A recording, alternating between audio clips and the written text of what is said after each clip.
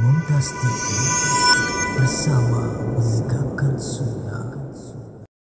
Assalamualaikum warahmatullahi wabarakatuh. Alhamdulillah alladzi bi ni'matihi tatimmu shalihat. Segala puji bagi Allah Jalla Jalaluh yang karena nikmatnya kebaikan-kebaikan menjadi sempurna, yang karena rahmatnya niat-niat baik hamba dapat terlaksana. Allahumma salli wa sallim ala abdika wa rasulika sayyidina wa maulana Muhammad wa ala alihi wa ashabihi ajma'in. Ya Allah, semoga salawat dan salam, berkah dan nikmat senantiasa Engkau curahkan untuk hamba kekasih-Mu, untuk baginda Nabi kita Muhammad alaihi salatu wassalam, untuk keluarga beliau, untuk istri-istri beliau, untuk putra-putri beliau, dan untuk seluruh sahabat Nabi. Semoga Allah meridhai kita bersama mereka. Amma ba'd. Semua orang punya masalah. Bukan hanya kita. Semua orang yang hidup di muka bumi ini, dia menghadapi berbagai macam problematika yang mungkin tidak sama dengan yang kita hadapi, atau mirip, atau bahkan lebih besar dan lebih menakutkan. Bicara penyakit, entah di rumah sakit itu ada berapa list macam-macam penyakit. Terkadang memang ada penyakit yang langka, yang hanya menimpa beberapa orang di muka bumi ini. Tapi ada gitu loh. Ada yang masalahnya di dalam keluarga. Ya mungkin masalah dengan anak. Kalau istri masalah sama suami. Suami capek ngurusin istrinya yang gak mau dengarkan nasihatnya. Terkadang masalah itu sama mertua. Mertua yang intervensi. Mertua yang selalu berpikir negatif. Bawaannya suudzon. Mertua yang matre. Atau sama orang tua kita sendiri. Atau sama tetangga. Atau masalah kita di tempat kerja kita. Bersama atasan, bersama anak buah, bersama teman sejawat. Yang jelas, semua punya masalah. Tapi kita harus yakin bahwa jalan keluar dari semua masalah itu, kita nih harus belajar dari perjalanan hidup kita.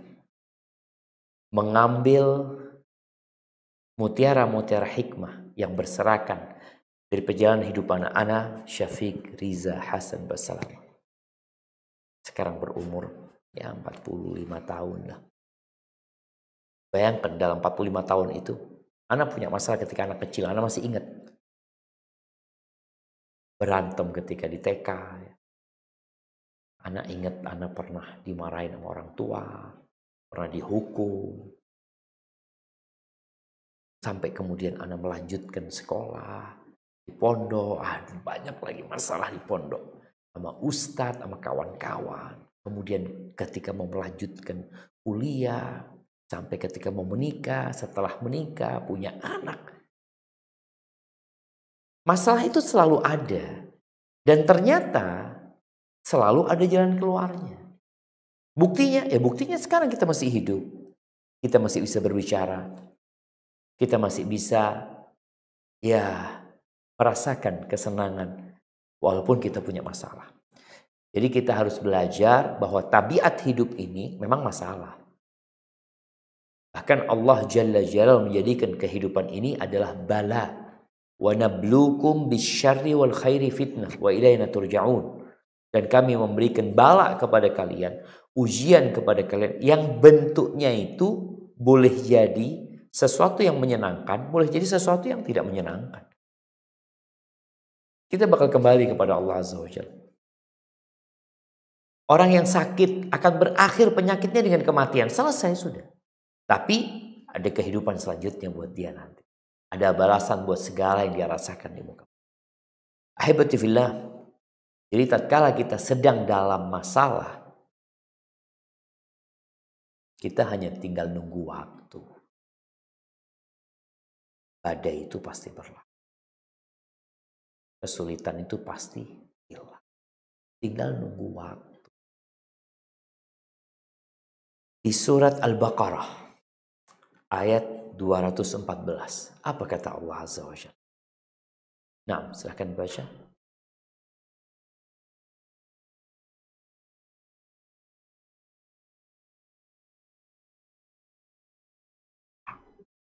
أعوذ بالله من الشيطان الرجيم أم حسبتم أن تدخلوا الجنة ولما يأتكم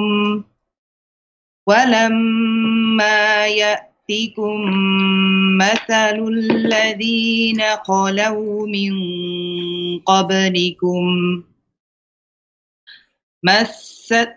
مستهم البأساء والضراء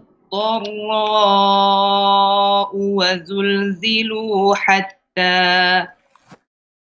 حتى يقول الرسول والذين آمنوا معه متى نصر الله ألا إن نصر الله قريب.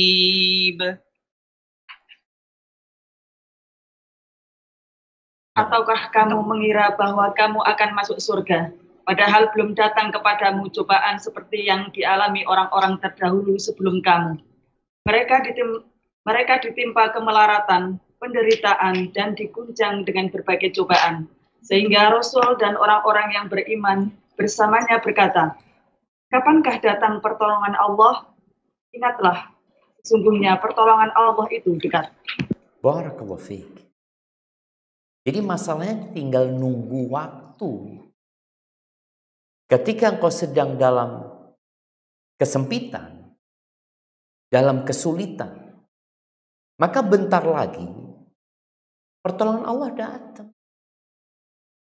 Kita harus berbaik sangka sama Allah Azza wa Jalla.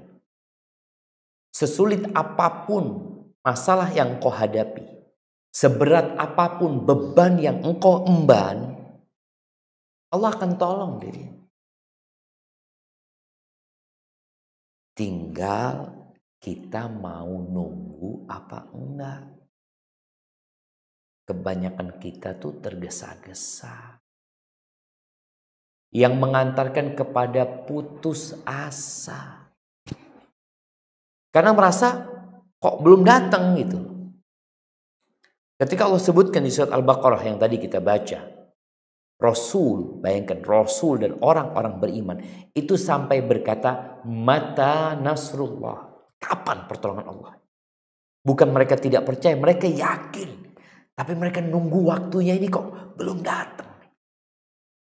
Maka Allah katakan, ala inna nasrallahi qarib, pertolongan Allah itu dekat.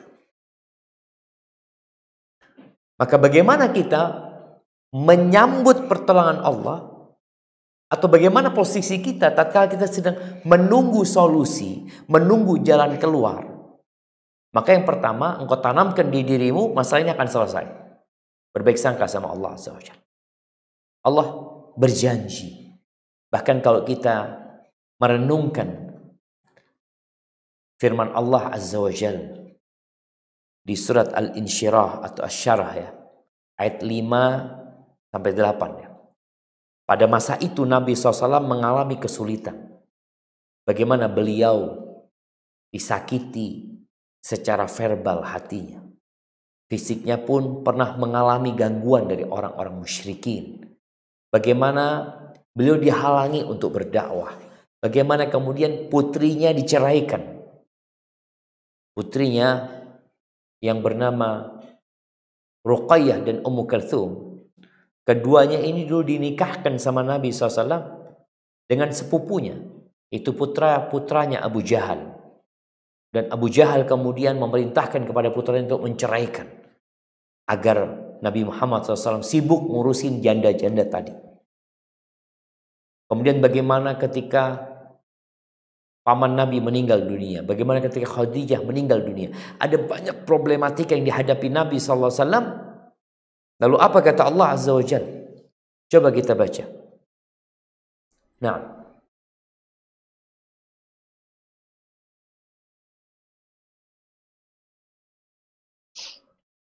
فَإِنَّ مَعَ الْعُسْرِ يُسْرًا إِنَّ مَعَ الْعُسْرِ يُسْرًا فَإِذَا فَرَغْتَ فَانصَبْ وَإِلَى رَبِّكَ فَارْغَب.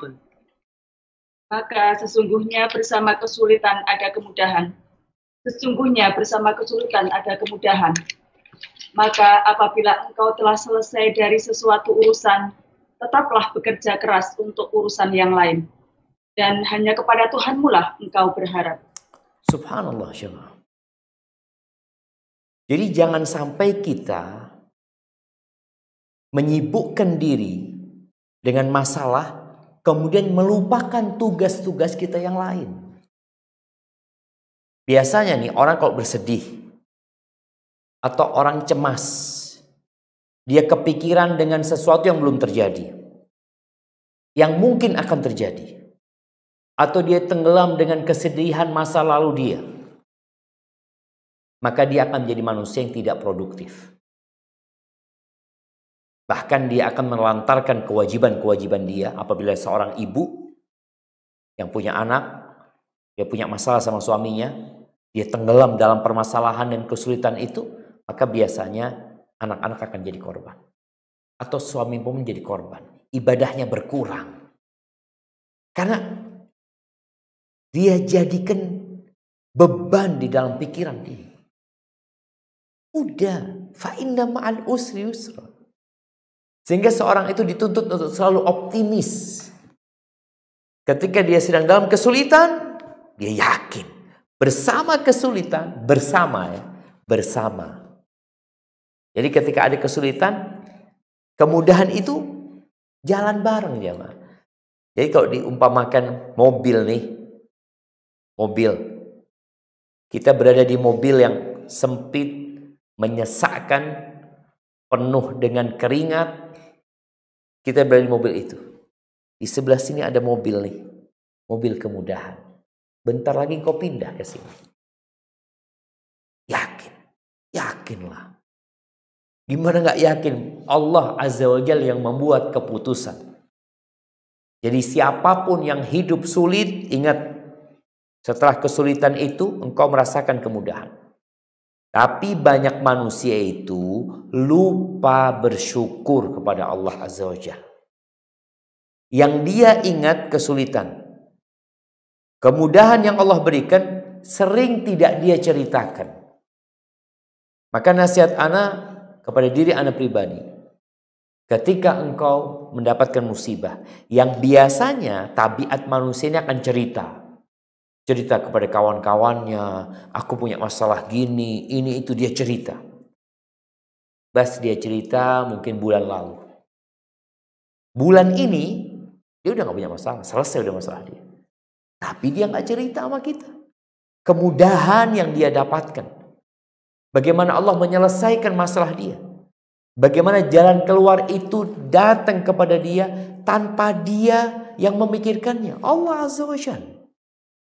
Fa inna ma'al usri yusra. Belum yakin, Allah ulangi lagi. Inna ma'al usri yusra. Fa idza faraghta fansab. Engkau kalau sudah selesai melaksanakan sebuah kegiatan yang harusnya engkau kerjakan, udah berpindah kepada kegiatan yang lain. Yang ini jangan dipikirkan. Ahibati fillah. Kebanyakan orang hidup menderita bukan karena masalah, bukan, tapi karena memikirkan masalah. Masalah itu akan datang. Badai itu akan datang menimpa kita. Dan badai itu akan berlalu. Di surat At-Talaq ayat 7. Apa kata Allah Azza wa Jalla? Nah.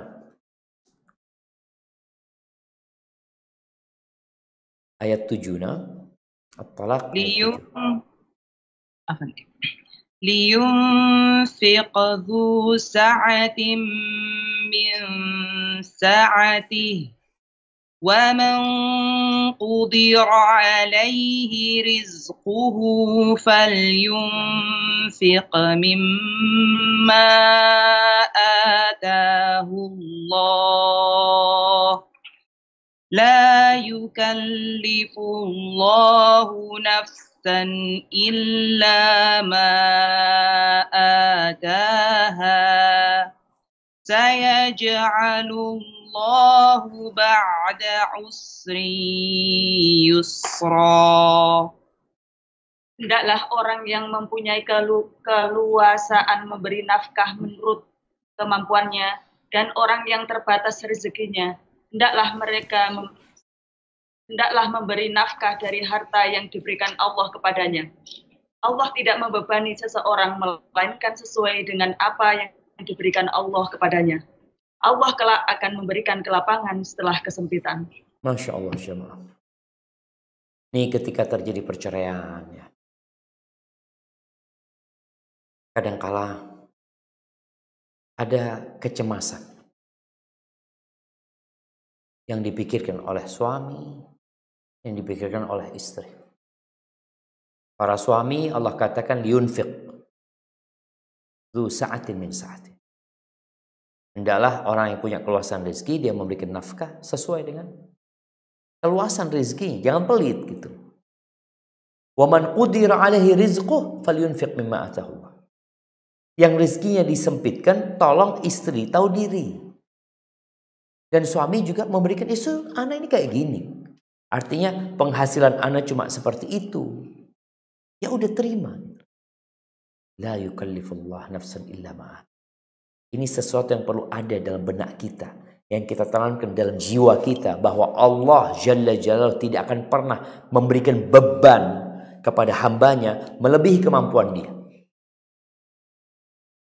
Artinya kalau engkau dikasih musibah ini, fulana dikasih musibah yang lainnya, fulana musibahnya juga berbeda, semua orang ini mendapatkan musibah, mendapatkan masalah yang sudah ditakar dengan kemampuan dia.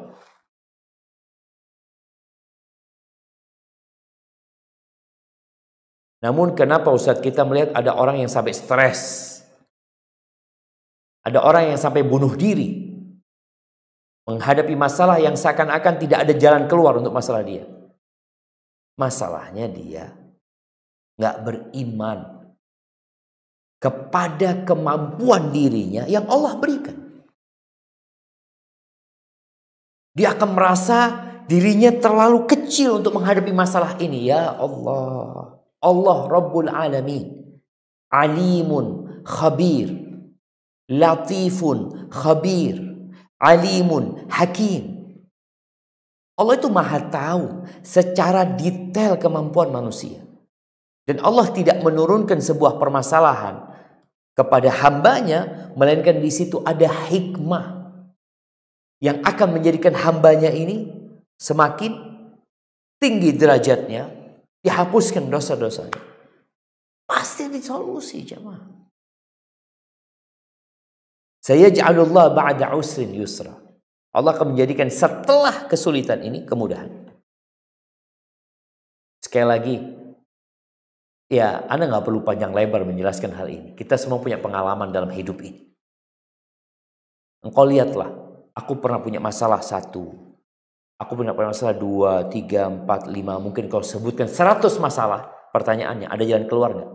Ada jalan. Allah nggak pernah ingkar janji. Nabi SAW mengatakan wa innal faraja ma'al karb. Wa inna ma'al usri yusra. Kelapangan itu ya bersama kesempitan. Jadi ketika engkau sedang sempit, kelapangan akan datang.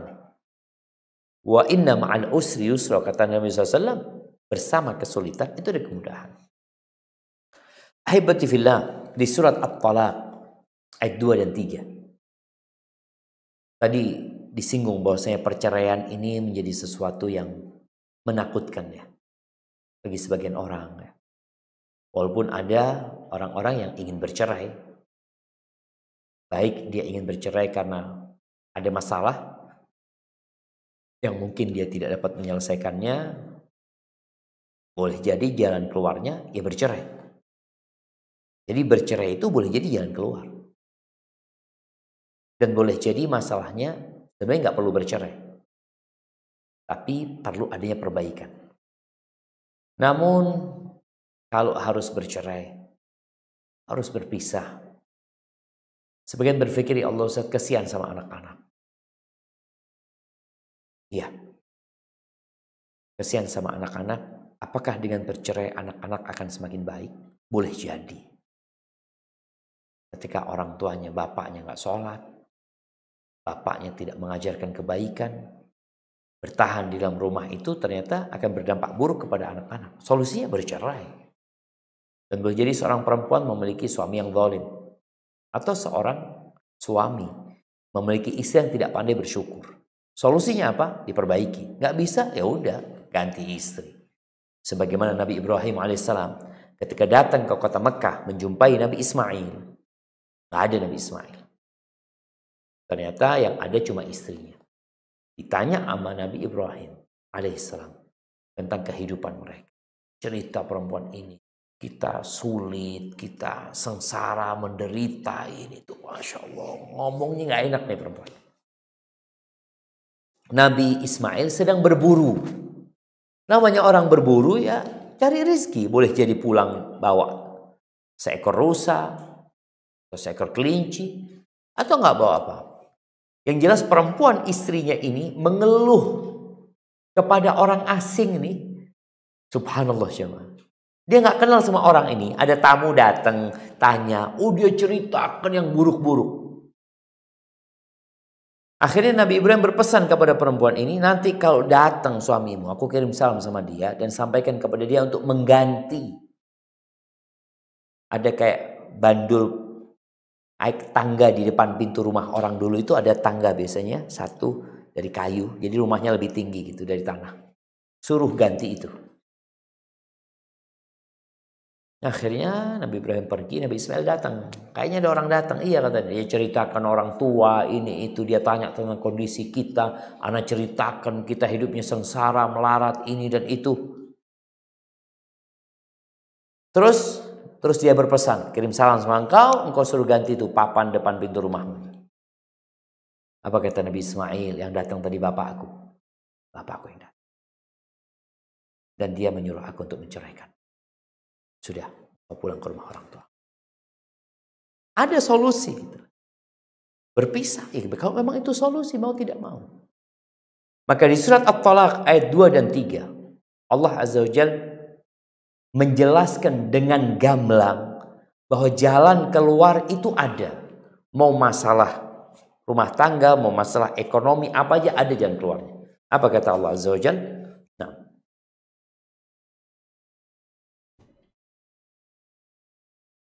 فإذا بلغن أجلهن فأمسكوهن بمعروف أو فارقوهن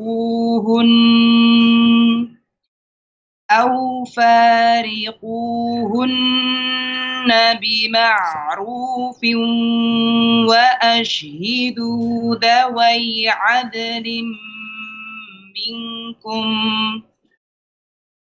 وأشهدوا ذوي عدل منكم وأقيموا الشهادة لله ذلكم يوعظ به من كان يؤمن يؤمن بالله واليوم الآخر ومن يتق الله يجعل له مخرجا ويرزقه من حيث لا يحتسب ومن يتوكل على الله فهو حسبه إن الله بالغ أمره قد جعل الله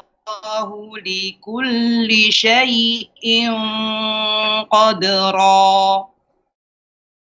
Wahai Nabi, apabila kamu menceraikan istri-istrimu, Ayat maka kedua. hendaklah kamu ceraikan. Ayat kedua. Awan Ustaz. Nah, Maka apabila mereka telah mendekati akhir iddahnya, maka rujuklah kembali kepada mereka dengan baik, atau lepaskanlah mereka dengan baik, dan persaksikanlah dengan 2 orang saksi yang adil di antara kamu, dan hendaklah kamu tegakkan kesaksian itu karena Allah. Demikianlah pengajaran itu diberikan bagi orang yang beriman kepada Allah dan hari akhirat. Barang siapa bertakwa kepada Allah, niscaya dia akan membukakan jalan keluar baginya. Dan dia memberinya rezeki dari arah yang tidak disangka-sangkanya. Dan barang siapa bertawakal kepada Allah, niscaya Allah akan mencukupkan keperluannya. Sesungguhnya Allah melaksanakan urusannya. Sungguh Allah telah mengadakan ketentuan bagi setiap sesuatu. subhanallah. Jadi masalahnya bagaimana kita menyikapi masalah, lalu bagaimana kita bersabar menunggu jalan keluar dari masalah. Kita nggak boleh terburu-buru, ya. Namun sebagian orang ada yang terburu-buru. Akhirnya Allah nggak kasih solusi. Nabi SAW mengatakan, yustajabu lil abdi ma lam yasta'jil. Allah akan mengabulkan doa hamba selama dia nggak terburu-buru. Lalu ada sahabat yang bertanya, kaifa yasta'jil ya Rasul? Gimana orang itu disebut terburu-buru? Ya, dia mengatakan qad da'aut wa qad da'aut. Aku tuh udah berdoa. Aku udah minta, aku udah memohon. Kayaknya nggak dikabulkan. Nggak boleh.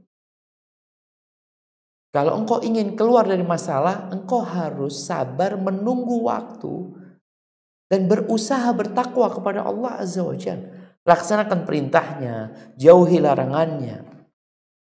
Maka Allah katakan, wa man yattaqillaha yaj'al lahu makhraja. Yang bertakwa kepada Allah, Allah kasih solusi. Dan boleh jadi solusi yang dia dapatkan adalah kesabaran dia. Berapa banyak kita ngelihat orang yang sakit, jemaah ya, yang sakitnya menaun. Kita berjumpa sama orang ini 10 tahun yang lalu udah sakit. Dan tahun ini 1443 di bulan Dzulqa'dah kita jumpa lagi sama orang itu, kondisinya nggak berubah. Dia tetap sakit, dia tetap nggak bisa jalan, dia tetap dan kondisi yang sama. Terus mana solusinya? Bisa jadi solusinya dan kesabaran. Dia menerima. Yaj'al lahu makhraja. Sehingga penyakit yang dia hadapi ini menjadi penghapusan dosa buat dia, mengangkat derajat dia. Jadi pasti Allah kasih solusi, jemaah. Jadi solusinya bukan berarti jadi sehat, belum tentu. Solusinya bisa jadi Allah kasih kesabaran buat dia.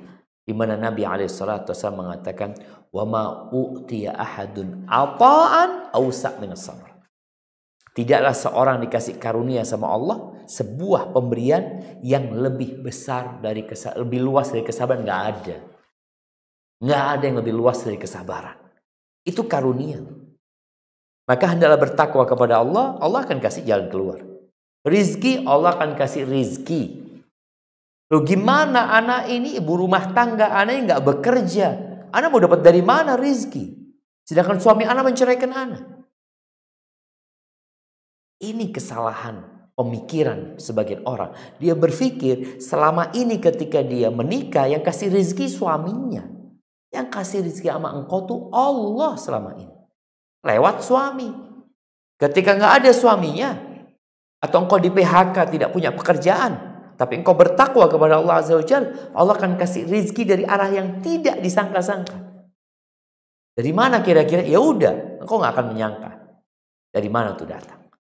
Dan alhamdulillah seringkali kita merasakan yang bertawakal kepada Allah, Allah akan cukupi. Udah dicukupin sama Allah. Ahibati fillah, Allah nggak pernah ingkar janji.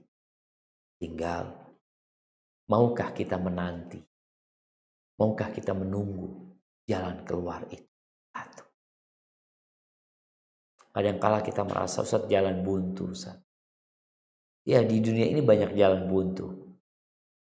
Tapi buat Allah nggak ada yang buntu. Engkau udah ketuk terus, udah diam di depan pintu. Tapi dikunci. Aku udah ketuk berapa kali? 2 kali, ketuk lagi. 3 kali, 4 kali, 5 kali, terus. Yang jelas jalan keluar itu pasti ada. Coba kita lihat Nabi Ibrahim alaihissalam. Bayangkan Nabi Ibrahim alaihissalam dilemparkan ke api. Yang dalam pandangan semua manusia udah selesai. Akan terbakar Nabi Ibrahim, akan mati. Apa yang dikatakan Nabi Ibrahim? Hasbunallah wa ni'mal wakil. Cukup Allah. Allah sebaik-baiknya penolong dan pelindung. Yang menurut pandangan manusia nggak ada solusi. Nggak ada jalan keluar. Udah mau keluar kemana Nabi Ibrahim? Dilemparin ke api. Hujan nggak turun. Salju nggak turun. Nggak ada angin. Yang ada api yang membakar. Dan Nabi Ibrahim dilontarkan. Masuk ke api. Nggak ada jalan keluar. Adalah. Buktinya Nabi Ibrahim keluar selamat dan tidak terbakar. Allah Rabbul Alamin tinggal mengatakan kun fayakun. Allah mengatakan ya naru kuni. Nih kalau kepingin tahu Allah mengatakan kun. Allah mengatakan ya nar, wahai api, kuni, jadilah engkau. Baradan wasalaman ala Ibrahim. Jadilah engkau dingin dan keselamatan buat Ibrahim. Selesai. Selamat Nabi Ibrahim. Bertahun-tahun Nabi Ibrahim gak punya anak. Nabi gak punya anak. Udah berdoa, udah berusaha. Aduh Masya Allah. Sampai umur 86 tahun baru punya anak. Dikasih gak? Dikasih. Ada gak jalan keluar? Ada.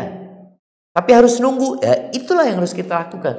Proses ini jadikan penambah pahala buat kita tatkala kita menunggu jalan keluar tadi. Baik. Udah nih punya anak. Kasih masalah lagi, kasih lagi ujian sama Allah Azza wa Jalla. Agar menyembelih anak. Nabi Ibrahim yang bertahun-tahun ingin punya anak. Anaknya disuruh taruh di Mekah. Anaknya udah mulai beranjak dewasa. Disuruh sembelih. Nabi Ibrahim mengatakan, ya bunayya inni ara fil manami anni azbahuka fanzur madza tara. Kata anaknya ketika abahnya menceritakan dia bermimpi menyembelih dirinya. Ya abati fa'al ma tu'mar. Satajiduni insyaallah minas sabirin. Wahai ayahanda, laksanakan yang ditugaskan kepadamu. Insyaallah kau mendapat aku termasuk orang-orang yang bersabar. Udah. Pasrah Nabi Ibrahim. Gak berpikir ya Allah ini anakku gimana, ini gak ada. Pasrah Nabi Ibrahim terhadap perintah Allah. Dibawa Nabi Ismail, ditajamkan itu pisaunya, diletakkan di bawah Nabi Ismail, dan pisau itu diletakkan di lehernya. Bukan pura-pura Nabi Ibrahim, lah, benar-benar diletakkan di leher Nabi Ismail. Lalu Allah mengatakan qad saddaqta ru'ya. Udah selesai, cukup sudah. Kau sudah melaksanakan yang diperintahkan kepadamu. Ada solusinya. Cucunya Nabi Ibrahim. Nabi Ibrahim punya anak Ishak. Nabi Ishak punya anak Yakub. Bagaimana ujian yang Allah berikan kepada Nabi Yakub? Anaknya 12. Nah, istrinya 2 Nabi Yakub. Allah kasih ujian yang berat. Beliau kehilangan anak tercintanya, Nabi Yusuf. Dari awal Nabi Yakub udah gak kepingin Nabi Yusuf dibawa. Tapi takdir Allah lah yang terjadi. Dibawalah Nabi Yusuf, hilang Nabi Yusuf jemaah. Bertahun-tahun setelah kehilangan Nabi Yusuf, beliau kehilangan kedua matanya. Buta. Bayangin. Nangis beliau membayangkan Nabi Yusuf alaihissalam. Berdoa memohon kepada Allah. Tapi beliau tetap berbaik sangka sama Allah. Menunggu jalan keluar itu. Setelah kira-kira ya hampir 40 tahun. Ditambah lagi kehilangan Benyamin, adiknya Nabi Yusuf. Apakah kemudian Nabi Yakub putus asa? Merasa hidupnya menderita, melarat? La. Allah menceritakan bagaimana Nabi Yakub menumbuhkan di dalam diri anak-anaknya yang masih muda-muda ini optimisme, keimanan kepada Allah, berbaik sangka sama Allah bahwa selalu ada jalan keluar. Apa kata Allah di surat Yusuf ayat 87? Nah,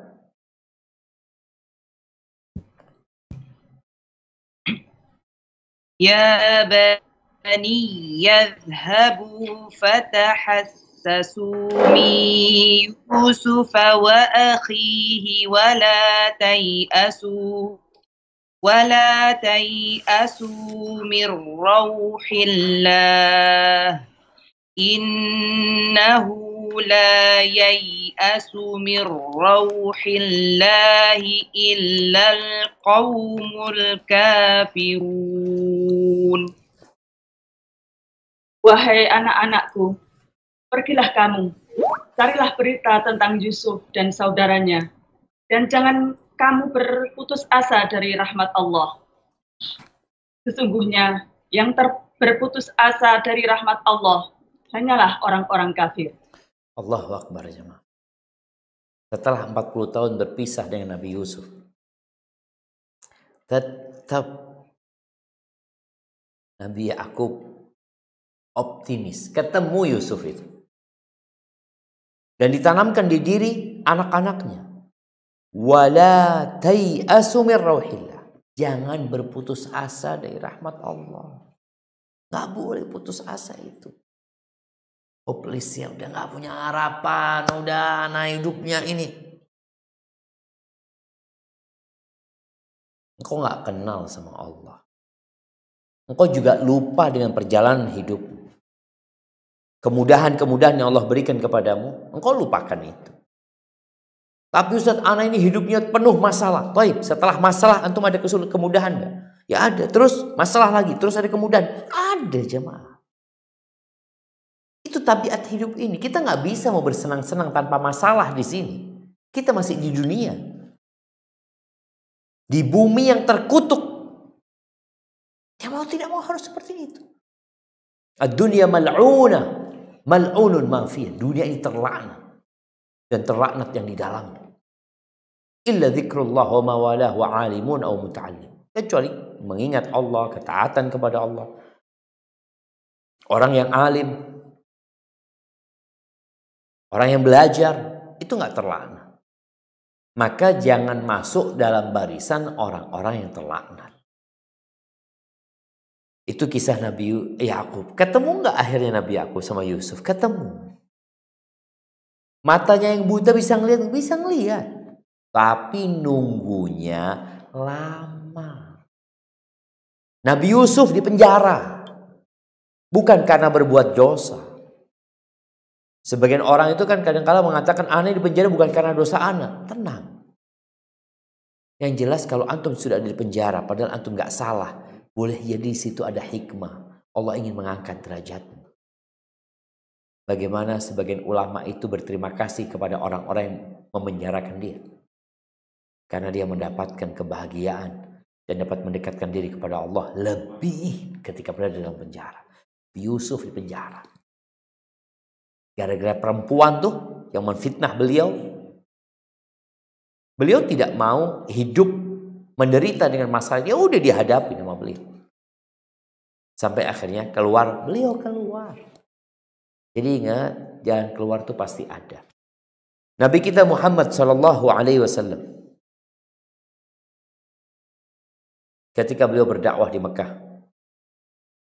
sampai tahun ke-10 kenabian, meninggal pamannya yang selama ini membackup Nabi SAW. Meninggal istrinya yang selama ini menjadi dada yang penuh dengan kehangatan, menghibur Nabi SAW, menenangkan hati Nabi SAW. 2 orang meninggal dunia. Akhirnya Nabi SAW berangkat ke Taif. Sampai Taif berdakwah 10 hari di sana. Yang beliau dapatkan adalah batu yang dilemparkan kepada beliau. Rasulullah SAW dilemparin batu, subhanallah, seperti anjing dilemparin batu. Ketika beliau turun menuju ke kota Mekah, Zaid bin Haritha berkata kepada Nabi SAW, "Kaifa tadkhulu alaihim wa qad akhrajuka?" Ya Rasulullah, gimana engkau mau masuk ke Mekah lagi, mau masuk menghadapi mereka, sedangkan mereka sudah ngusir dirimu? Artinya Nabi SAW udah gak bisa berdakwah di Mekah, ditolak, bahkan disakiti, diganggu. Artinya medan dakwahnya itu udah gak kondusif. Maka Zaid bertanya, gimana ya Rasulullah, engkau mau masuk lagi ke Mekah? Sedangkan mereka udah nolak engkau, mereka mengeluarkanmu. Faqala Nabi SAW, Ya Zaid, innallaha ja'ilun lima tara farajan wa makhraja. Sesungguhnya Allah akan menjadikan apa yang kau lihat, kesulitan yang kau hadapi ini, Allah akan jadikan kemudahan dan jalan keluar. Allah akan jadikan. Wa innallaha nasirun dinah. Allah itu pasti menolong agamanya. Wa mudhirun nabiyya, dan akan memenangkan nabi. Jadi kondisi-kondisi yang sulit seharusnya membuat kita semakin yakin kepada Allah Azza wa Jalla dengan solusi yang Allah akan berikan. Masuk akhirnya ke Mekah, bisa berdakwah, tapi nggak lama. 3 tahun kemudian Nabi SAW harus hijrah meninggalkan Mekah. Bagaimana beliau tidak langsung menuju ke kota Mekah, ke kota Madinah. Beliau masih bersembunyi di Gua Thur. Cerita Abu Bakar Siddiq radhiyallahu taala anhu. Karena Abu Bakar menjadi pendamping Nabi SAW ketika hijrah. Kata Abu Bakar, "Nazartu ila aqdamil musyrikin wa nahnu fil ghar." Kami ketika itu sedang di dalam gua dan kami melihat telapak kakinya orang-orang musyrikin. Artinya guanya itu bukan seperti di tembok ini, tapi di bawah guanya itu. Seperti rongga yang ada di bawah. Itu kata Abu Bakar, kita ngelihat kakinya orang-orang musyrikin. Karena ketika itu sayembara diumumkan di kota Mekah, siapa yang dapat mendatangkan kepala Nabi Muhammad SAW 100 ekor onta. Jadi Rasulullah SAW diburu jemaah. Abu Bakar melihat kakinya orang-orang musyrikin sudah sampai ke mulut gua. Faqultu, maka aku berkata kepada Nabi SAW, Ya Rasulullah, Lau anna ahadahum nazara tahta qadamaihi la absarana. Wahai Rasulullah, kalau salah satu di antara mereka melihat ke kakinya, bukan melihat ke gua, enggak, melihat ke kakinya, pasti mereka melihat kita. Apa kata Nabi SAW? Ma dhannuka bithnain Allahu thalithuhu. Bagaimana pendapatmu, wahai Abu Bakar? Ya Abu Bakar, dengan 2 orang yang ketiganya adalah Allah Azza wa Jalla. Maka disebutkan dalam Al-Quran Karim, La tahzan innallaha ma'ana. Jangan engkau cemas, Allah itu bersama kita. Maka ahibati fillah, ingat, sebesar apapun masalahmu, jalan keluar. Tinggal kita perlu menunggu dengan sabar, menanti dengan bertakwa, laksanakan perintah Allah Azza wa Jalla, dan selalu berbaik sangka sama Allah. Allah itu lebih sayang sama kita daripada kedua orang tua kita. Allah itu lebih peduli sama kita daripada anak-anak kita. Allah itu lebih mengasihi kita daripada seluruh penduduk bumi ini. Musibah yang menimpamu itu tanda cinta Allah Azza wa Jalla. Ketika engkau merasa berat, ingat Allah kasih itu dan sudah ditakar. Maka kadang-kala jamaah kita lihat ada orang minum jamu, kasih jamu pahit. Minum dia jamu. Engkau minumkan, iya Ustaz, supaya sembuh. Walillahil matsalul a'la. Begitu pula Allah ketika memberikan sesuatu yang pahit buat engkau, sejatinya untuk mengangkat derajatmu, menyembuhkan penyakitmu. Hadza wallahu a'lam bissawab. Itu yang dapat Ana sampaikan pada kesempatan kali ini. Mungkin kita masuk ke sesi tanya jawab. Ana kembalikan ke moderator. Nah, tafadhol.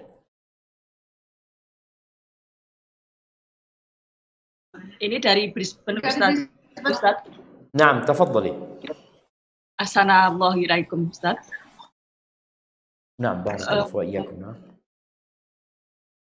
Ketika kita diuji dengan seorang teman yang mendolimi kita bertubi-tubi, dan kita sudah berusaha untuk memaafkan dan mengikhlaskannya, dan menyadari bahwa setiap orang itu pasti punya kesalahan. Kita berusaha untuk memaafkan dan mengikhlaskan, tapi sering ingat, terus ketika ingat menangis gitu. Jadi pertanyaan saya, tanda-tanda keikhlasan itu, keikhlasan hati itu seperti apa, Ustaz? Jazakallahu khairan. Masya Allah. Barakallahu fiik. Nah, kalau bicara disakitin oleh kawan kita berulang kali, bertubi-tubi, kemudian kita memaafkannya. Rasulullah Sallallahu Alaihi Wasallam dikasih amalan sama Allah, dikasih arahan. Allah mengatakan, khudhil afwa wa'mur bil urfi wa'arid an jahili. Khudhil afwa, jadilah orang yang pemaaf engkau. Wa'mur bil urfi, dan perintahkan kepada kebaikan. Memaafkan itu bukan berarti membiarkan. Kita memaafkan, tapi kita memperbaiki. Karena boleh jadi yang jadi korban itu bukan cuma kita. Ini yang pertama. Yang kedua, kesian nih orang terus berbuat dosa. Kita memaafkan, oke. Tapi yang kedua, kita perbaiki dia. Namun Ustaz, ada orang-orang yang sulit diperbaiki Ustaz. Udah, ada orang-orang bodoh memang. Apa tugas kita? Wa'arid anil jahilin. Kata Allah, berpalinglah dari orang-orang bodoh. Udah gak usah diurusin, gak usah dipedulikan. Kalau bicara memaafkan itu, ya sudah, kita memaafkan dia, kita tidak akan menuntut dia, kita tidak akan meminta dia dibalas, enggak. Tapi terkadang kita masih ingat dengan kesalahan dia. Ya udah, ketika datang pikiran tentang kesalahan dia, karena kalau setan juga manas-manasin kita, berusaha untuk menumbuhkan kebencian di diri kita, atau membakar api dendam di diri kita, katakan a'udzubillahi minasyaitonir rajim. Sampaikan, aku sudah memaafkan, aku sudah berharap pahalanya dari Allah Azza wa Jalla. Maka sebenarnya memaafkan itu tadi, dia tidak memberikan hukuman dan dia tidak ada keinginan untuk menuntut orang itu. La di dunia wala di akhirat. Dia sudah memaafkan. Tapi kalau bicara ingat, nggak ada masalah, ingat. Cuma jangan sampai ingatan itu dibungkus sama setan untuk menumbuhkan kebencian di diri kita kepada orang itu, bahkan untuk balas dendam. Atau paling tidak, ya setan akan ngomporin kita supaya menceritakan keburukan fulan. Yang awalnya kita dapat pahala memaafkan, akhirnya kita dapat dosa ghibain orang tersebut. Jadi ingat, memaafkan itu bukan berarti kita melupakan ya. Enggak. Tapi kita tidak memberikan hukuman, kita tidak memberikan sanksi, kita tidak mengungkit-ungkit, ya udah. Walaupun kita kalau melihat, ya Allah masih ingat fulan ini ya. InsyaAllah nggak ada masalah. Hadza wallahu a'lam bissawab.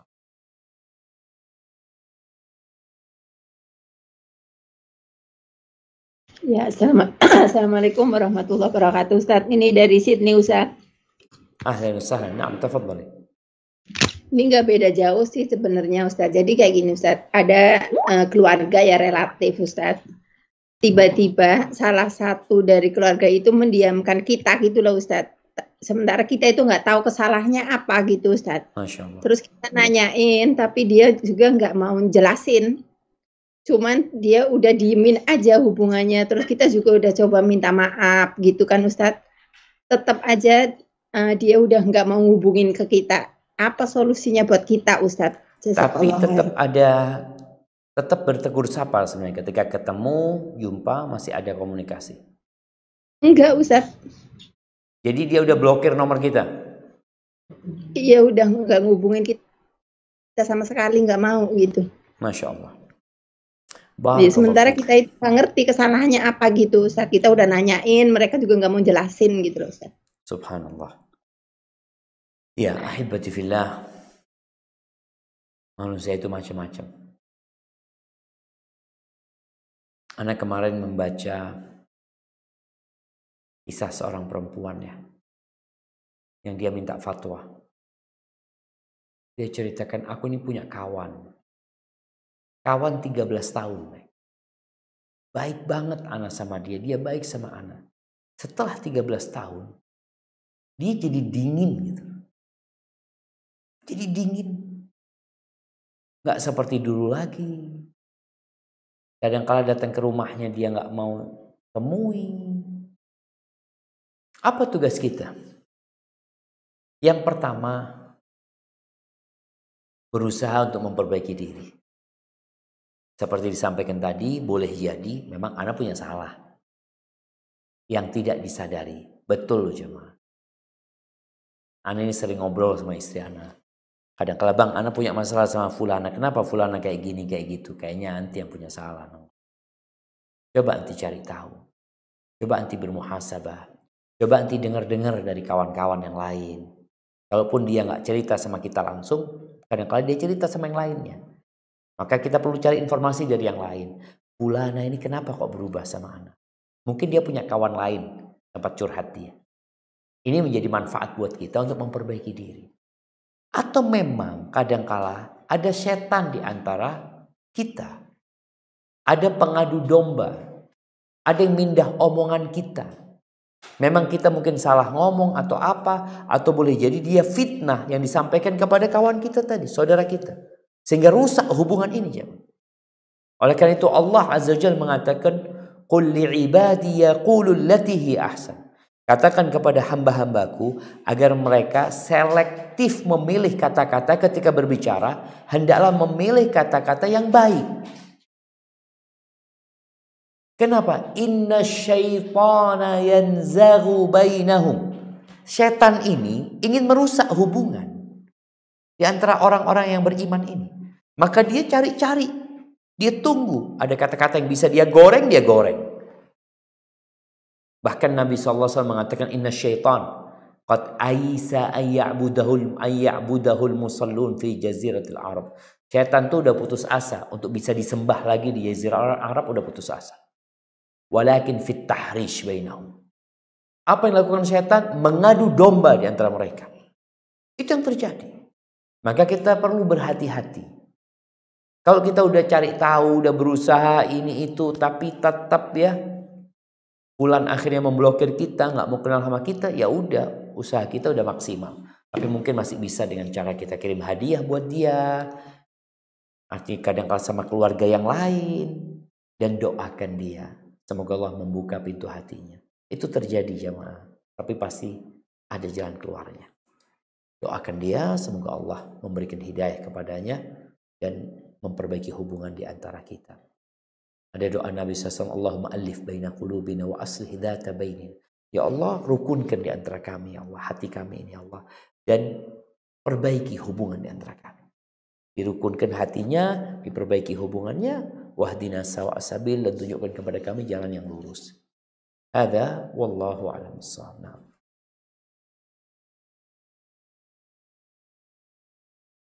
Assalamualaikum warahmatullahi wabarakatuh, Pak Ustadz. Waalaikumsalam. Dari Kuala Lumpur. Ahlan wa bertanya. sahlan. Naam, tafadhali.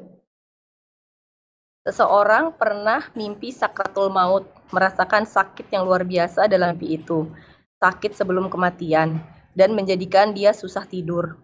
Di sisi lain, ini mungkin lebih bisa meningkatkan keikhlasan dalam beribadah, karena kita tahu sejatinya kematian itu adalah dekat. Pertanyaannya, bagaimana cara mengatasi masalah ini, biar kita bisa tetap tenang dan memberikan hak tubuh kita untuk beristirahat. Jazakallahu khair, Ustaz. Masya Allah, barakallahu fikum. Ya, ahibati fillah. Ada seorang anak yang melihat abahnya nggak tidur. Sholat malam itu, sholat.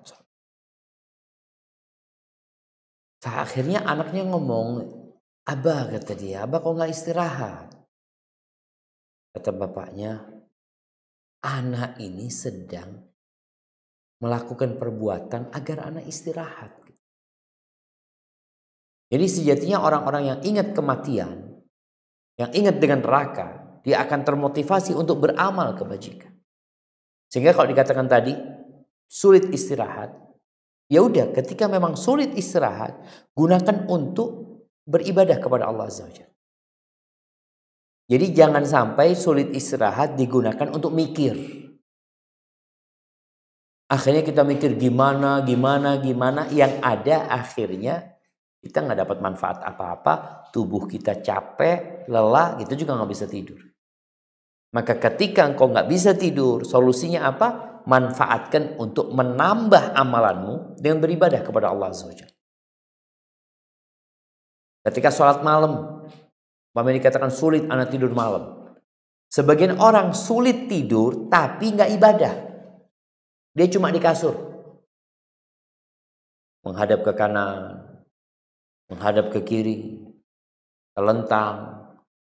Jadi gelisah. Dia di atas kasur gelisah, nggak ada gunanya.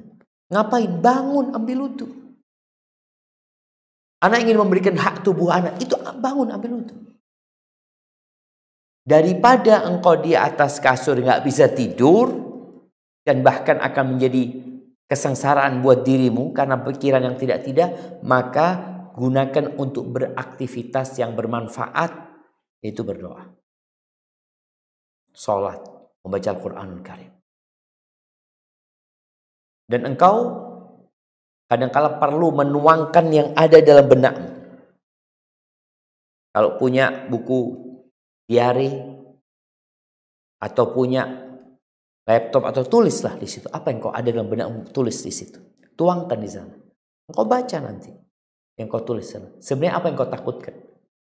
Takut neraka atau takut meninggalkan dunia? Takut azab Allah atau takut kehilangan kenikmatan dan kelezatan di dunia?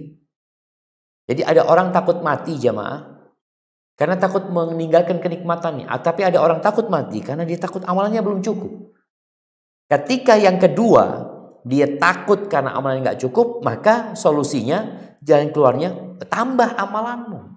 Dekatkan diri kepada Allah Azza wa Jalla. Jadi mungkin seperti itu, insya Allah setelah itu ya engkau akan bisa istirahat ya. Jadi ketika kita membaca Al-Quranul Karim lewat ayat-ayat azab, meminta perlindungan kepada Allah dari azabnya, lewat ayat-ayat rahmat, memohon rahmat Allah Azza wa Jalla. Hadza wallahu a'lam bissawab. Nah. Assalamualaikum Ustadz. Ini dari Waalaikumsalam. Melbourne. Pertanyaannya, jika kita meninggalkan sholat asar, saya tahu ada hadis yang mengatakan siapa yang meninggalkan sholat asar akan gugurlah amalannya. Yang dimaksud dengan amalannya ini apakah keseluruhannya atau hanya amalan pada hari itu? Dan apakah ini juga berlaku untuk sholat-sholat yang lain? Jazakallah khair. Barakallahu fikum. Nah, ahibati fillah. Para ulama membahas makna telah gugur amalannya. Sejatinya hadis ini menjadi hadis motivator bagi manusia untuk tidak meninggalkan sholat asar. Jadi sampaikan hadis ini seperti yang disampaikan Nabi SAW. Barang siapa yang meninggalkan sholat asar, gugur amalannya. Agar dia bertobat dan kembali kepada Allah Azza wa Jalla. Tapi kalau sudah masuk kepada pembahasan masalah syarah hadisnya, yang dimaksud apa, seperti yang disebutkan tadi. Boleh jadi yang dimaksud adalah amalan hari itu, bukan amalan sepanjang tahun dia. Ini termasuk penggugur amalan harian, umumnya seperti itu. Iya, para ulama menjelaskan hal itu. Tapi kalau kita hendak menjelaskan kepada orang, jelaskan sesuai dengan Nabi menyampaikannya. Gugur amalan. Supaya dia menjadi takut sama Allah. Dan tidak meninggalkan sholat asar. Terkadang kalau kita jelaskan dengan apa yang diuraikan para ulama, yang gugur amalan hari itu, yang gugur gitu. Oh, cuma amalan hari ini, sudah aman lah. Anak besok beramal lagi lah. Jadi seperti itu, bicara amalan yang gugur yang mana, ulama menyebutkan tadi adalah amalan hari itu termasuk penggugur amalan harian. Ada apakah berlaku untuk sholat-sholat yang lainnya? Wallahu a'lam. Hadisnya menyebutkan man taraka sholatal asr. Artinya sholat asar ini memiliki kedudukan berbeda dengan sholat yang lainnya. Ketika Allah mengatakan hafidhu ala salawati was salatil wusta wa qumu lillahi qanitin. Peliharalah sholat-sholat itu dan jagalah sholat al-wusta, sholat pertengahan. Sholat al-wusta ini ada yang berpendapat sholat subuh, tapi pendapat yang lebih rajih sholat asar. Ini menunjukkan bahwasanya sholat asar memiliki kedudukan yang lebih tinggi daripada sholat yang lainnya. Kalau ditinggalkan akan menggugurkan amalan dia. Adapun sholat yang lainnya kalau ditinggalkan ya sama, tetap dia akan berdosa. Dan itu dosa besar, tapi mungkin tidak sampai menggugurkan amalan dia. Hadza wallahu a'lam bissawab. Nah. Barakallahu fiik Ustaz. Ini kami dari Brisbane lagi. Nah. Ini ada pertanyaan titipan Ustaz.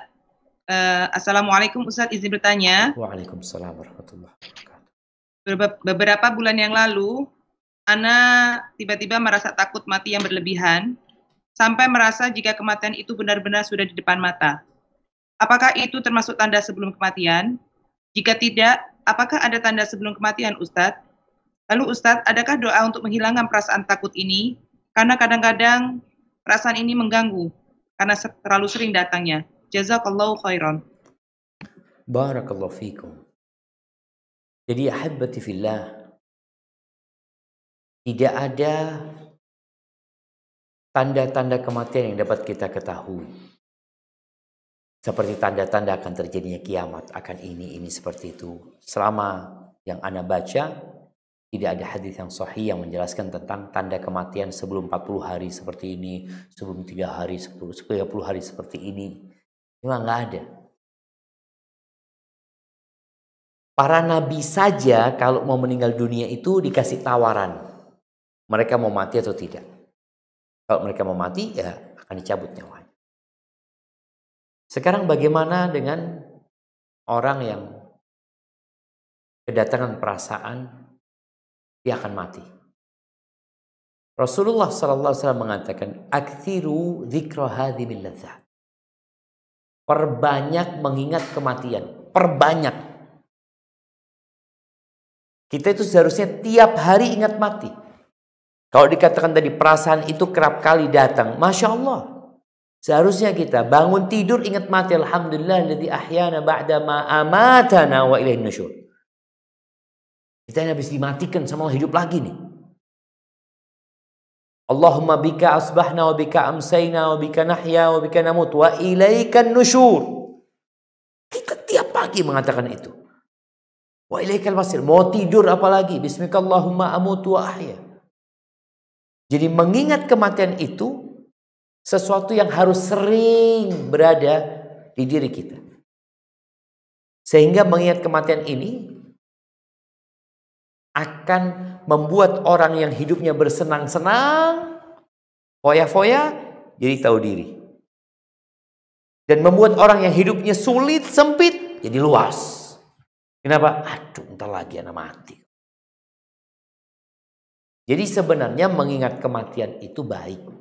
Sering mengingat kematian itu lebih baik. Namun yang jadi masalah, apakah kita mengingat kematian, kemudian ingatan itu mendorong kita untuk produktif beramal soleh atau tidak? Kebanyakan tidak. Rasulullah SAW subhanallah, bagaimana beliau mendidik sahabatnya untuk tetap produktif dalam semua kondisi. Beliau alaihissalatu wassalam mengatakan, "Lau qamatis sa'ah." Kalau kiamat itu terjadi.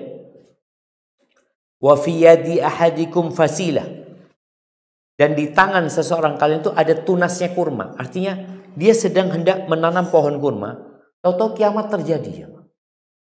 Apa yang disebutkan bintang-bintang bertabrakan itu. Di tangan orang ini ada tunasnya pohon kurma. Ini istata' ayyagrisha qabla an takum falyagrisha. Kalau bisa dia tanam itu pohon kurma sebelum kiamat terjadi, maka dia tanam. Artinya muslim itu tetap terus beramal. Walaupun dia ingat mati, dia beramal. Kalau ternyata ingat matinya menjadi was-was, menjadikan dia ketakutan. Bukan takut nanti bagaimana di kuburan, bukan. Takut gimana kalau saya mati. Sampai ada orang yang was-was ya karena takut mati, mau nyebrang jalan takut dia. Gimana ya anak ya? Nyebrang tahu nanti ketabrak gimana? Ini was-was. Mengingat kematian yang bermanfaat itu yang mendorong kepada amal soleh. Dia tahu aku ini bakal mati, mau di atas ranjang aku bakal mati. Jadi yang berpikir, wah anak nggak mau keluar rumah, anak takut mati. Loh, kematian itu datang ke rumah kita. Berapa banyak orang-orang yang mati bukan karena tabrakan. Bahkan kalau di jumlah, di persentase antara yang mati tabrakan, yang mati di medan perang, dengan yang mati di rumah, lebih banyak yang di rumah. Maka mengingat kematian banyak kali itu bagus. Asalkan tadi, ingatan yang mendorong orang ini untuk beramal soleh. Ketika ingat ya, boleh jadi besok anak mati. Nah, inilah Nabi SAW mengatakan, khud min sihatika limaradik wa min hayatika limautik. Kau mau mati besok, persiapkan hari ini. Hari ini kau persiapkan. Nabi SAW menganjurkan untuk nulis wasiat. Sebelum tidur, tulis wasiat. Boleh jadi kau mati besok itu sudah ada wasiat. Jadi intinya, mengingat kematian banyak kali itu dianjurkan. Tapi jangan sampai yang ada takut mati. Bukan ingat mati, tapi takut sama mati. Kalau sudah takut sama mati, yang ada dia tadi was-was, ketakutan. Mau makan ini takut, mau minum ini takut, mau pergi takut. Itu takut mati. Dan ini yang tercela. Yang kata Nabi SAW ketika menyebutkan penyakit yang membuat umat Islam itu hina dan dikuasai oleh orang-orang kafir. Apa? Hubbud dunya wa karahiyatul maut. Cinta dunia dan takut mati. Jadi sekali lagi ingat mati itu bagus, tapi takut mati itu jadi bencana karena dia akan ketakutan hidupnya. Hadza wallahu a'lam bissawab. Assalamualaikum Ustadz. Waalaikumsalam. Ini dari Perth, ada pertanyaan titipan. Ada seorang ibu mempunyai anak laki-laki umur 19 tahun. Alhamdulillah dia sudah bekerja dan ibadahnya baik, sholat, ngaji apa segala. Yang jadi masalah dia minta menikah Ustadz. Nah orang tuanya masih ragu karena anak ini masih anak mama. Maunya nempel sama ibunya. Ibunya tersebut takut sampai nanti kalau sudah menikah dia nggak dewasa dan karena tidak ingin turut campur dalam rumah tangga anaknya Ustadz. Gimana solusinya Ustadz? Jazakallah khair. Masya Allah, barakallah fiik. Ya hibbati fillah. Kita ini harus segera menikahkan anak-anak yang memang sudah punya kemampuan untuk menikah. Ya. Karena sarana untuk berzina dini itu dipersiapkan. Jadi sarana untuk berzina itu sudah ada. Yang ribut kan orang tua kalau nikah dini. Kalau zina dini, gak pernah diributkan. kondisi sosial yang ada itu mendukung orang-orang untuk berzina dari sejak SD, SMP, SMA, apalagi kuliah. Baik, kembali kepada pertanyaan, bagaimana kalau anak ini minta nikah? Kalau memang ada kemampuan dia memberikan nafkah, memang kondisinya dia kayaknya memang harus menikah dari sisi menyelamatkan dia dari fitnah, ya nikahkan dia. Cuma masalahnya diselesaikan. Masalah nikah mudah. Nikah ini bukan sesuatu yang ruwet jamaah ya. Kita yang sering mempersulit pernikahan itu. Nikah itu hanya membutuhkan wali, 2 saksi, mahar, dan akad. Selesai sudah. Nggak harus nyewa gedung, nggak harus ngundang orang banyak, nggak. Walimah, ya kalau punya rezeki walimah. Terus bagaimana Ustaz? Kondisinya dia itu masih anak mama. Iya sekarang, sampaikan kalau engkau mau menikah, harus ada tahapan-tahapan yang dilewati. Ajarin. Engkau punya tanggung jawab lu. 1, 2, 3, tugasmu apa? Jadi kalau anak umur 19 tahun masih anak mama, boleh jadi ada salah didik dari mamanya. Seharusnya dia mandiri. Allah jamaah kita nih, anak-anak pondok ini ya, lulus SD, taruh di pondok. Apalagi di masa dulu, pondok masa lalu, Allah nyuci sendiri. Kita peduli sama diri kita sendiri, sakit yang ngobatin diri sendiri. Jadi memang dididik mandiri. Itu umur 12 tahun. Kalau tadi umur 19 tahun belum mandiri, berarti memang ada salah didik nih. Maka sekarang diperbaikin. Karena boleh jadi nanti umur 25 tahun tetap anak mama dia. Kalau tidak ada upaya dari orang tua untuk menjadikan dia mandiri. Maka sekarang didik dia untuk mandiri. Oke, engkau mau menikah? Boleh. Tapi syaratnya umpamanya engkau tinggal di rumah pamanmu dulu. Ikut pamanmu 1 bulan. Dulu ada. Biasanya orang tua itu kirim anaknya ke tempat aminya atau siapa untuk kerjalah di sana. Atau apa. Selama 1 bulan. Disitulah dia mandiri. Berpisah dari orang tuanya. Tapi kalau anak pesantren insya Allah dia memang sudah berpisah dari orang tuanya. Sehingga dia cuma ingat sama orang tua itu kalau fulusnya habis kadang-kadang.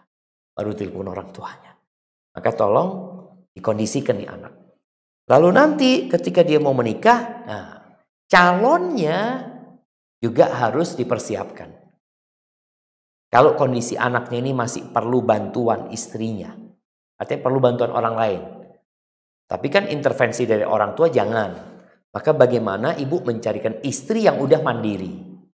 Istri yang paling tidak, ya kalau dua-duanya anak mama, ini perempuannya anak mama, lakinya anak mama, ya udah akhirnya mereka nggak akan bisa membangun rumah tangga dengan baik.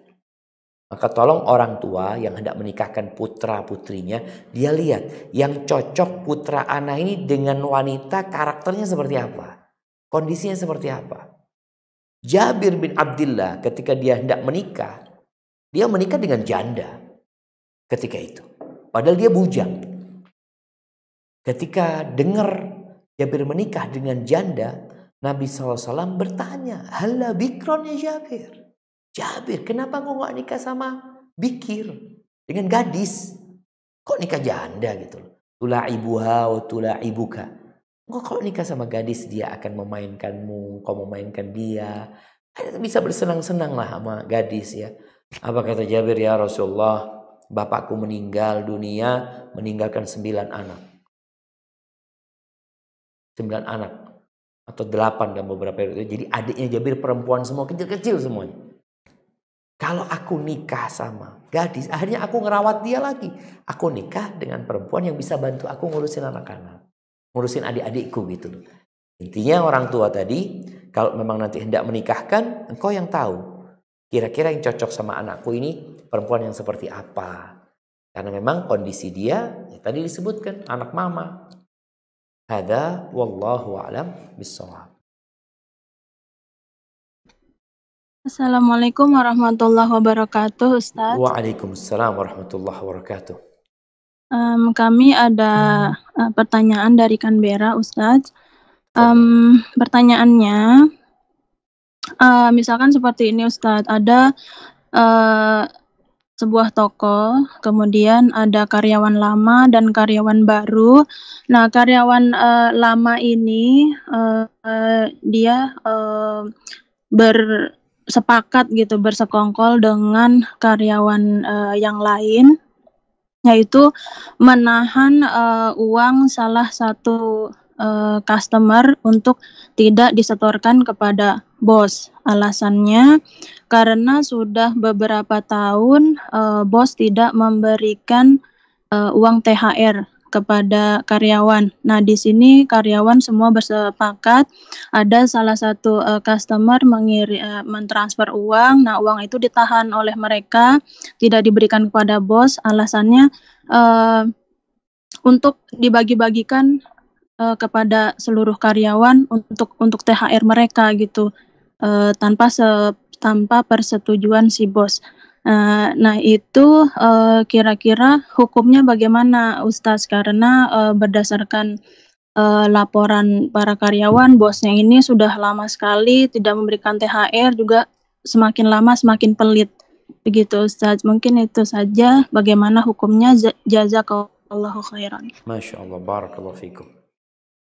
Nah, yang pertama jemaah perlu diketahui, harta seorang muslim itu nggak halal kecuali dengan keridhaannya. Baik, bagaimana dengan orang yang mengambil hak kita? Kalau kita mau ngambil hak kita juga sama dia. Tolong diperhatikan dulu masalah THR. Apakah THR itu memang menjadi hak yang harus diberikan? Atau THR itu menjadi kebaikan dari bos, ihsan. Jadi berbeda di sini. Jadi kalau orang itu nggak digaji kemudian dia ngambil barang karena sebagai hak dia, ini nanti mungkin bisa ditoleransi. Dia mengambil hak dia, bosnya tidak memberikan hak dia, maka dia ambil haknya. Namun kalau ternyata yang terjadi ini enggak, THR itu boleh diberikan, boleh tidak. Ini masalah-masalahnya kebaikan dari bosnya. Kalau itu kebaikan dari bosnya, maka nggak bisa mereka menuntut. Kalau itu hak mereka, alhamdulillah ada lembaga mungkin yang bisa mereka laporan ke sana untuk meminta hak mereka dengan cara yang baik. Karena sejatinya mereka ini saling menguntungkan. Kalau dikatakan pekerja bertahan kerja di situ, ya karena dia dapat gaji, dia masih nyaman di situ. Kalau dia sudah nggak nyaman, dia akan resign. Maka yang pertama harus didudukkan dulu, apakah THR itu memang hak mereka atau bukan. Kalau itu memang hak mereka, maka ada cara bagaimana sebelum tadi. Di dalam agama kita ini juga ada yang namanya menyita barang. Karena memang itu hak orang tersebut. Tapi apakah dengan cara seperti itu? Nah, di situ ada lembaga yang bisa membantu untuk urusan itu. Sehingga mereka tidak akan dianggap mencuri nanti uang perusahaan. Karena ini akan berbahaya dengan mereka sendiri. Mereka menggelapkan uang perusahaan nantinya. Ketika dikatakan ada uang customer yang seharusnya masuk, tidak masuk, dipegang sama mereka. Jadi intinya perlu ada islah. Kalau dikatakan majikannya semakin bakhil, semakin ini dan itu, maka lihat majikannya oke bakhil, majikannya kurang baik. Tapi engkau dapat hakmu apa enggak? Yang lebih dari hakmu, lain lagi, ini kebaikan.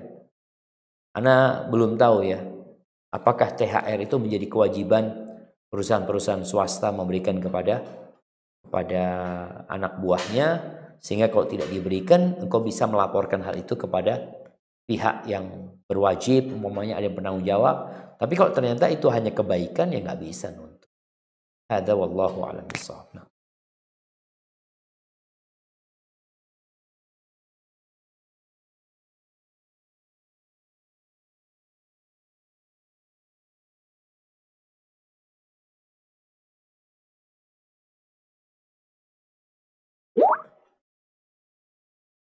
Barakallahu fiik.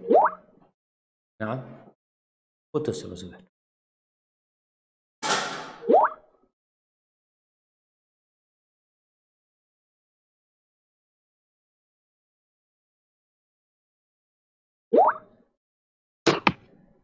Nah, tafadhal.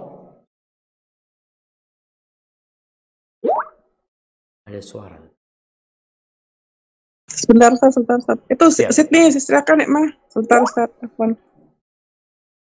Oh iya, insya Allah. Assalamualaikum warahmatullahi wabarakatuh, Ustaz. Waalaikumsalam warahmatullahi wabarakatuh. Ahlan wa sahlan. Iya, ini ada Barakallahu fiik. pertanyaan titipan, bagaimana solusi tentang keluarga ini. Kebenaran dia kawin dan punya anak itu umur 1,5 tahun, Ustaz. Yang jadi problem suaminya itu kalau misalnya ada telepon atau hubungan dari keluarganya, baik orang tua maupun saudaranya, itu setelah itu jadi ribut gitu loh, Ustaz. Ada aja yang dituntut ke istrinya itu gitu. Kayaknya Tunggu, mungkin rada-rada cemburu Tunggu gitu, sebentar. Ustaz. Gimana Jadi, caranya? betul, bentar.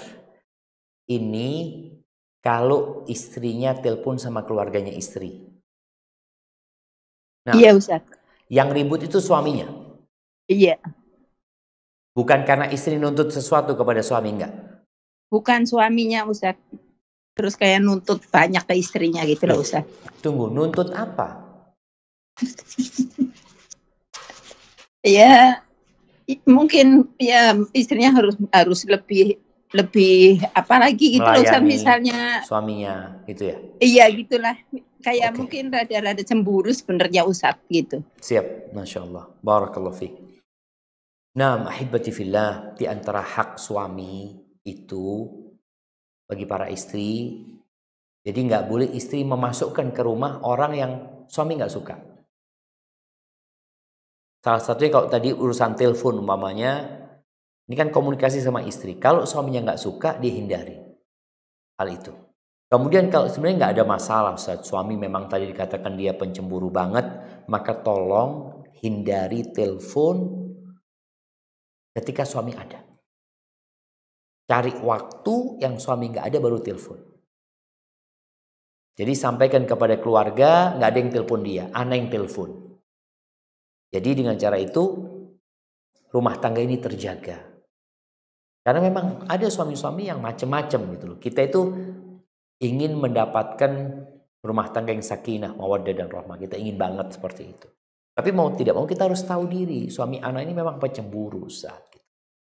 Anak kadang kalau ngobrol sama orang tua, sama kakak ini tuh dia nggak suka. Ya udah, berusaha untuk tidak berbicara dengan orang lain, dengan kerabat ketika ada suami. Ketika suami nggak ada silahkan. Maka sampaikan kepada keluarga, nggak ada yang telepon dia. Yang ada ana yang telepon. WA nanti ana baru telepon. Mungkin seperti itu. Sambil didoakan suaminya ya. Sambil didoakan. Insya Allah ketika suaminya baik sebenarnya hanya punya tadi sifat cemburu yang berlebihan. Ya mau tidak mau, engkau yang harus memakluminya. Hadza wallahu a'lam bissawab. Assalamualaikum Ustadz. Dari Waalaikumsalam. KL. Dari mana? KL, Kuala Lumpur. Oh, lagi. Siap. Bismillah. Pertanyaannya, apabila seorang muslim yang selama hidupnya banyak melakukan kebaikan untuk orang lain, tapi tidak pernah melakukan sholat sama sekali, sehingga saat dia meninggal selalu didoakan oleh banyak orang soleh. Apakah kelak di akhirat amal kebaikannya dan doa-doa orang soleh tersebut menjadi pemberat timbangannya? Barakallahu fikum. Jazakallahu khair, barakallahu fikum. Nah, jamaah rahimakumullah. Tadi ada yang bertanya tentang hadis yang nggak sholat asar, amalan hari itu batal. Yang nggak sholat asar, yang meninggalkan sholat asar.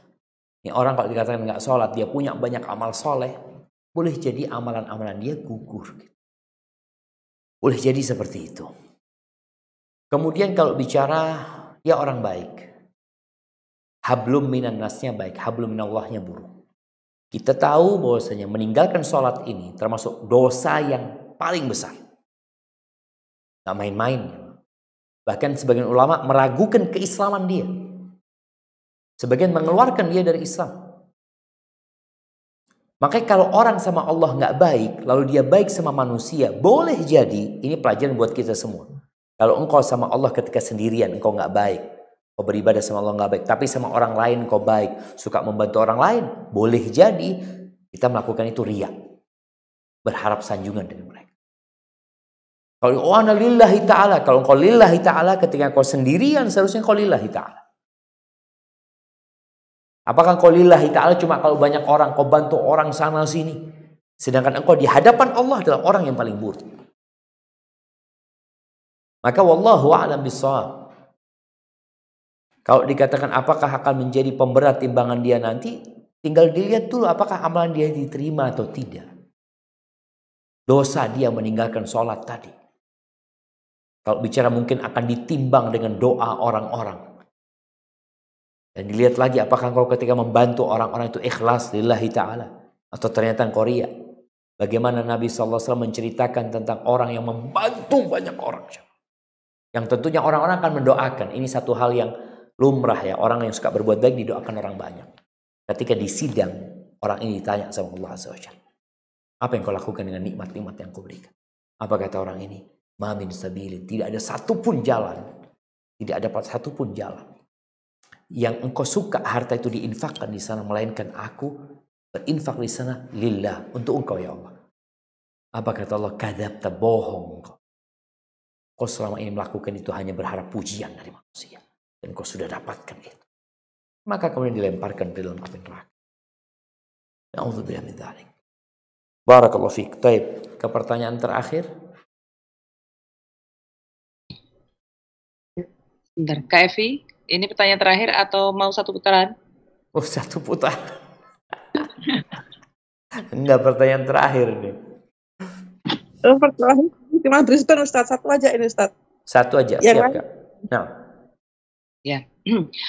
Ya, barakallahu fikum Ustadz, ada pertanyaan titipan. Bagaimana mensikapi fenomena di sosial media semakin banyak muslim yang bunuh diri akibat ada masalah? Apakah ini permasalahannya ada pada tauhid yang kurang kuat? Apakah ini permasalahan mental? Bagaimana mensikapinya Ustadz? Jazakumullahu khairan. Masya Allah, barakallahu fiik. Nah, ahibati fillah. Di awal tadi disebutkan bahwasanya Allah akan memberikan jalan keluar. Solusi itu akan datang. Tapi butuh waktu, butuh kesabaran. Maka dituntut seorang muslim untuk berbaik sangka sama Allah SWT. Ini bicara iman, bicara tauhid. Kalau bicara mental tadi, bicara hati sebenarnya, kondisi kejiwaan dia. Ketika dia beriman kepada Allah Azza wa Jalla, dia berbaik sangka sama Allah, seperti yang kita lihat para nabi ya. Dikasih ujian yang berat sekali. Bahkan ujian terberat itu para nabi. Bagaimana Nabi Ibrahim, bagaimana ketika dilemparkan ke api. Apa yang beliau katakan? Hasbunallah wa ni'mal wakil. Iman.